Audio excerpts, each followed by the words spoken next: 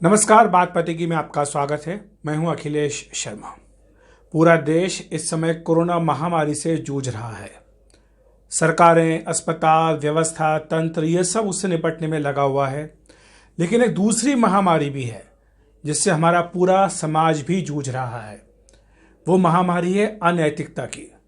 वो महामारी है लालच की, हवस की, स्वार्थ की, लूट की, खसोट की। और इस लूट खसोट ने भारतीय समाज का एक ऐसा बदनुमा चेहरा दुनिया के सामने लाकर रख दिया है जिस पर आप केवल और केवल शर्म कर सकते हैं। हम बात कर रहे हैं इस महामारी के जो विलन हैं, खलनायक हैं, उनके बारे में, आपदा के असुरों के बारे में। आपदा के ये असुर वो लोग हैं जो हमारी, आपकी मजबूरी का फायदा उठा रहे हैं। ये असुर किसी भी चेहरे में, किसी भी शक्ल में आपके सामने आ सकते हैं, आ रहे हैं और लगातार हर तरीके से, जिस भी तरीके से हो सकता है, शोषण किया जा रहा है उन मरीजों का, उनके परिजनों का, जो सिर्फ इस उम्मीद में अस्पताल में या किसी दवा की दुकान पर या किसी ऑक्सीजन सिलेंडर वाले के यहाँ ये लेकर के जा रहे हैं कि किसी भी तरह से कोई मदद मिले ताकि जो उनका परिजन है, उनका जो परिचित है, उसकी जान बच सके। और इस मजबूरी का फायदा ये आपदा के असुर दोनों हाथों से लूट लूट कर उठा रहे हैं। ये असुर किसी भी शक्ल में हो सकते हैं। ये वो असुर भी हैं जो कुछ अस्पतालों के डॉक्टर हैं जिन्होंने रेमडेसिविर के नकली इंजेक्शन लोगों को बेचना शुरू किया।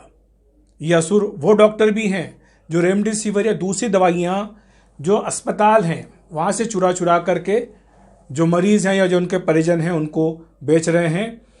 900 रुपये का, 1000 रुपये का जो रेमडेसिविर का इंजेक्शन है उसे 30-30, 40-40 हज़ार रुपये में बेचा गया।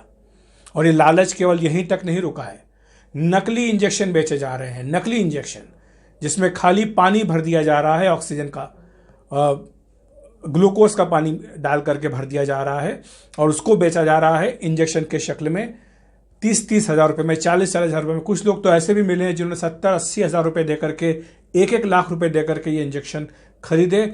और जब ये अस्पताल लेकर के पहुंचे इस उम्मीद के साथ कि इंजेक्शन लगते ही जो उनका अपना व्यक्ति है, करीबी है, वो बच जाएगा, उसकी जान बच जाएगी, उसकी सांसों की जो डोर बिल्कुल अटकी हुई है वो किस तरह से बंध जाएगी, उसको हिम्मत मिल जाएगी। लेकिन जब जाकर उन्हें पता लगता है कि ये इंजेक्शन नहीं है, केवल पानी है, तब आप सोचिए उनके ऊपर क्या बीतती होगी। लोगों ने अपने घर बार, ज़मीन ये सब बेच दिए केवल एक इंजेक्शन के लिए, और मालूम पड़ता है कि वो इंजेक्शन नकली था। तो ये हालत है इंजेक्शनों की।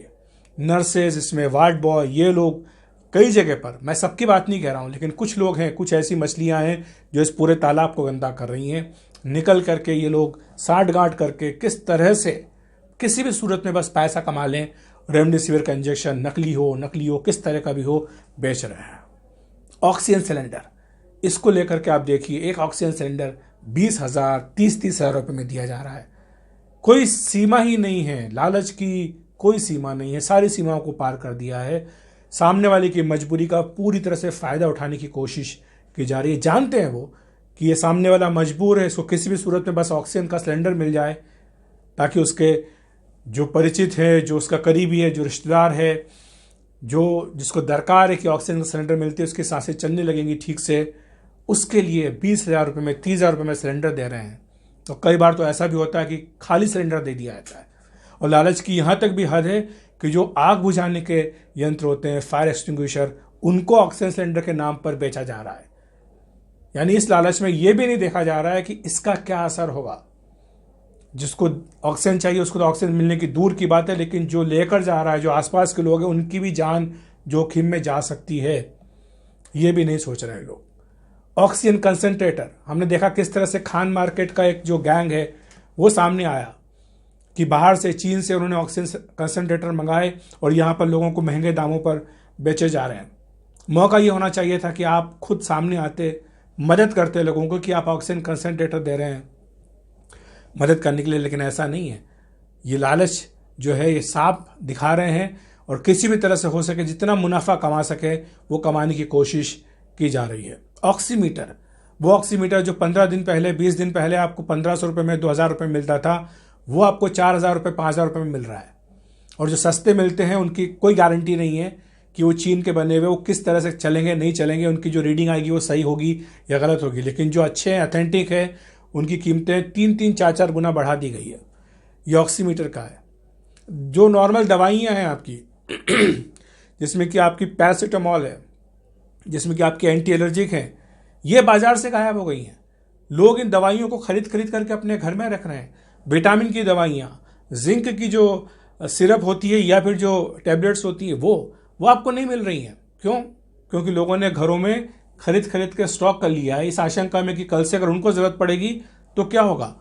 तो ये भी एक मनोवृत्ति साफ दिखाई दे रही है जमाखोरी की। लोग खुद अपने से चीज़ों को जमा करके रख रहे हैं। उन्हें ये लगता है कि कल शायद मार्केट में ना मिले, और इसकी वजह से वो ये नहीं जानते कि आज जिनको ज़रूरत है उन्हें सामान नहीं मिल पा रहा है, क्योंकि आज आपने ये सामान खरीद के या जो भी है करके आपने अपने घर में इसको रख लिया है, जमाखोरी कर ली है। तो काला बाजारी हो रही है, जमाखोरी हो रही है।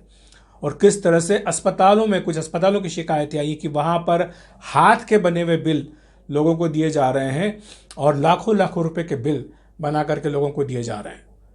अस्पतालों की जो स्थिति है, सबका समर्थन उनके साथ है, सबकी सहानुभूति उनके साथ है। वहाँ जो काम कर रहे लोग हैं उनके साथ सबकी सहानुभूति। किस तरह से वो कठिन परिस्थितियों का सामना कर रहे हैं, दिन रात लोगों की जान बचाने की कोशिश कर रहे हैं। लेकिन जो उनका प्रबंधन है, कुछ अस्पतालों का मैनेजमेंट है, उसको देखिए, उनका लालच देखिए। लाखों रुपए के बिल दिए जा रहे हैं, वो भी तब जबकि सरकार की ओर से एक दर तय कर दी गई है कि इस कोरोना के इलाज में आप इससे ज़्यादा पैसा नहीं ले सकते, तो भी ये हालत हो रही है। और ये सब वो भारत में हो रहा है जहाँ पर कि तुलसीदास जी ने कहा था रामचरितमानस में कि परहित सरिस धर्म नहीं भाई। दूसरे लोगों की मदद करने से बड़ा कोई भी धर्म नहीं है।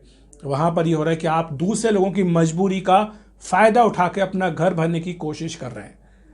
हमारा भारतीयों का कोई राष्ट्रीय चरित्र नहीं है, कोई नेशनल कैरेक्टर नहीं है। मैं ये कड़वी बात इसलिए कह रहा हूं क्योंकि ये जो सामने मामले आ रहे हैं इनको देख करके काफी दुख होता है।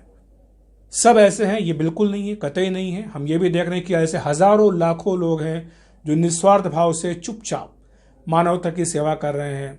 कई जगह लंगर चल रहा है ऑक्सीजन सिलेंडर्स का, कई जगह पर लोगों को खाना बनवा करके बांटा जा रहा है। कई लोग घर में जाकर के दवाइयाँ, ऑक्सीजन सिलेंडर दे रहे हैं। ऐसे लोग भी हैं हमारे समाज में। लेकिन इन लोगों का आप क्या करोगे? इनका आप क्या करोगे जो आपकी तकलीफ को, दुख दर्द को कम करने के बजाय बढ़ा रहे हैं, आपकी मजबूरी का फायदा उठा रहे हैं।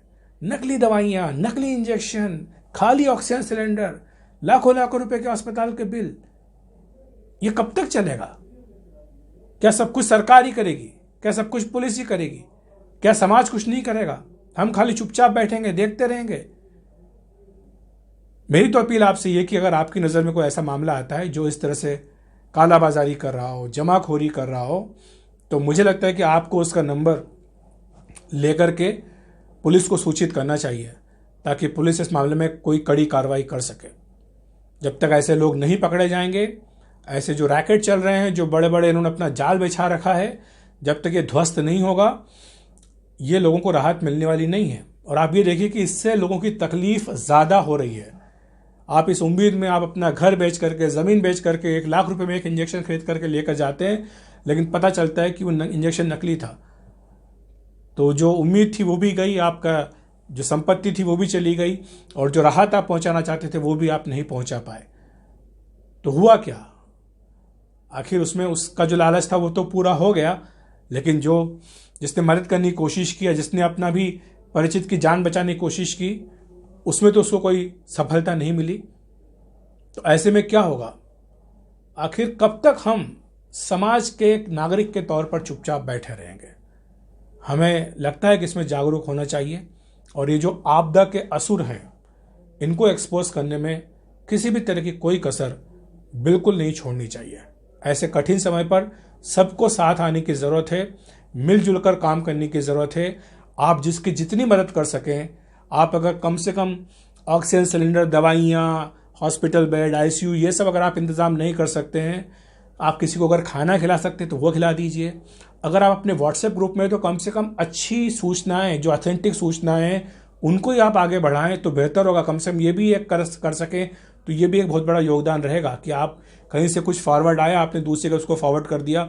इससे काम नहीं चलने वाला है। अगर कहीं से किसी का नंबर आ रहा है, कि यहाँ पर मदद उपलब्ध है, तो आप फ़ोन कीजिए, उसको कंफर्म कीजिए कि नंबर सही है या नहीं है, या किसी में अगर आपको ये आती है सूचना कि यहाँ पर बेड उपलब्ध है, आईसीयू का बेड उपलब्ध है, ऑक्सीजन का बेड उपलब्ध है, तो आप फ़ोन करके पता कीजिए।